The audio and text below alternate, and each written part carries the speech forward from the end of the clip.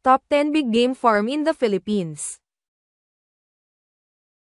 San Francisco and Green Country Game Farm. Ang San Francisco at Green Country Game Farm ay isang kilalang game fowl breeding farm na nakabase sa Pilipinas.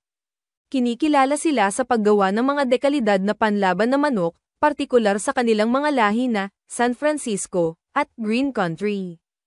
Ang sakahan ay pagmamay-ari at pinamamahalaan ng isang respetadong tao sa komunidad ng game fowl, at madalas silang nauugnay sa paggawa ng malalakas, agresibo, at bihasang panlaban na manok. Ang San Francisco at Green Country Game Farm ay may malakas na presensya sa industriya ng game fowl at kilala sa kanilang dedikasyon sa pagpaparami ng mga top-tier fighting cocks. CA Game Farm. Ang CA Game Farm ay isang kilalang game fowl breeding farm na nakabase sa Pilipinas. Kilala sila sa paggawa ng mga dekalidad na panlaban na manok at partikular na kinikilala para sa kanilang lahi na CA. Ang sakahan ay pagmamay-ari at pinamamahalaan ng isang respetadong tao sa komunidad ng game fowl, at madalas silang nauugnay sa paggawa ng malalakas, agresibo, at bihasang panlaban na manok. Red Farm. Ang Red Game Farm ay isang kilalang game fowl breeding farm sa Pilipinas, na kilala sa paggawa ng mga dekalidad na panlaban na manok. Sila ay partikular na sikat sa kanilang lahi na 5K sweater, na lubos na hinahangad sa komunidad ng Sabang. Ang sakahan ay pagmamay-ari at pinamamahalaan ni Edwin Aranez, isang respetadong figure sa industriya ng game fowl. Ang Red Game Farm ay madalas na nauugnay sa paggawa ng malakas, agresibo, at bihasang panlaban na manok. Jade Resort Game Farm. Ang Jade Resort Game Farm ay isa pang kilalang game fowl breeding facility sa Pilipinas, na matatagpuan sa San Pablo, Laguna. Ito ay pagmamay-ari at pinamamahalaan ni Arman Santos, na isang iginagalang na figure sa komunidad ng game fowl. Tulad ng Blue Blade Game Farm, kilala ang Jade Resort Game Farm sa paggawa ng mga dekalidad na gamecock. Ang kanilang mga ibon ay madalas na hinahanap para sa kanilang kakayahan sa pakikipaglaban at may malakas na track record sa mga kompetisyon sa Sabang. Ang sakahan ay kilala rin sa magaganda at maayos na mga pasilidad, na kadalasang nagsisilbing venue para sa iba't ibang game fowl event. Ang Jade Resort Game Farm ay may makabuluhang online presence, na may maraming mga video at talakayan tungkol sa kanilang mga ibon at mga kasanayan sa pag-aanak. Firebird Game Farm. Ang Firebird Game Farm ay isang kilalang game fowl breeding farm na nakabase sa Pilipinas. Kilala sila sa paggawa ng mga dekalidad na panlaban na manok at partikular na kinikilala sa kanilang lahi na Firebird. Ang sakahan ay pagmamay-ari at pinamamahalaan ng isang respetadong tao sa komunidad ng game fowl, at madalas silang nauugnay sa paggawa ng malalakas, agresibo, at bihasang panlaban na manok.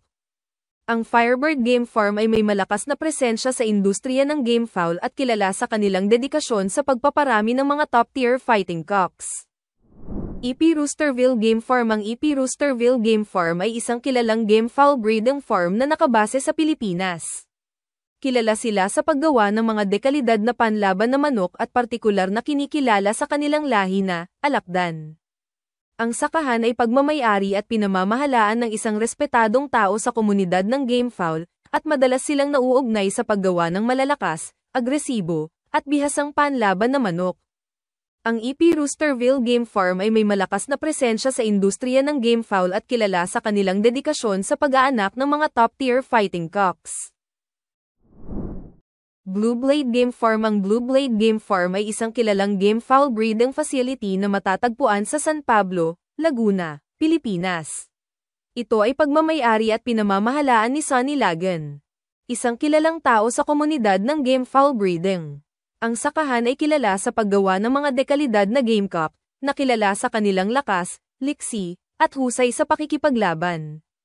Sila ay may reputasyon sa pagkapanalo sa iba't ibang kompetisyon at paligsahan sa Sabang.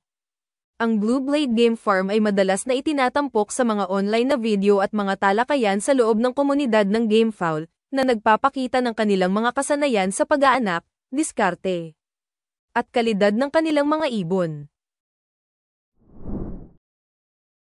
ARL Game Farm. Ang ARL Game Farm ay isang kilalang game fowl breeding farm na nakabase sa Pilipinas. Ang mga ito ay kinikilala sa paggawa ng mataas na kalidad na panlaban na manok at partikular na kilala sa kanilang lahi na ARL. Ang sakahan ay pagmamay-ari at pinamamahalaan ng isang respetadong tao sa komunidad ng GameFowl, at madalas silang nauugnay sa paggawa ng malalakas, agresibo, at bihasang panlaban na manok. Ang ARL Game Farm ay may malakas na presensya sa industriya ng GameFowl at kilala sa kanilang dedikasyon sa pagpaparami ng mga top-tier fighting cocks. AEJ Game Farm. Ang AEJ Game Farm ay isang kilalang gamefowl breeding farm na matatagpuan sa Tanawan, Batangas, Philippines. Kinikilala sila sa paggawa ng mga dekalidad na panlaban na manok. Partikular ang kanilang mga lahi na Gilmore at Golden Boy. Ang sakahan ay pagmamay-ari at pinamamahalaan ni Edwin R. De La Cruz, na iginagalang sa komunidad ng gamefowl para sa kanyang kadalubhasaan at dedikasyon. Ang AEJ Game Farm ay kilala sa mahigpit nitong mga pamantayan sa pag-aanak, na nakatuon sa paggawa ng malalakas, agresibo, at bihasang panlaban na manok. AA Cobra Game Farm. Ang AA Cobra Game Farm ay isa pang kilalang gamefowl breeding facility sa Pilipinas. Ito ay matatagpuan sa San Pablo, Laguna, at pagmamay-ari at pinamamahalaan ni Alex Angeles, isang kilalang tao sa komunidad ng gamefowl.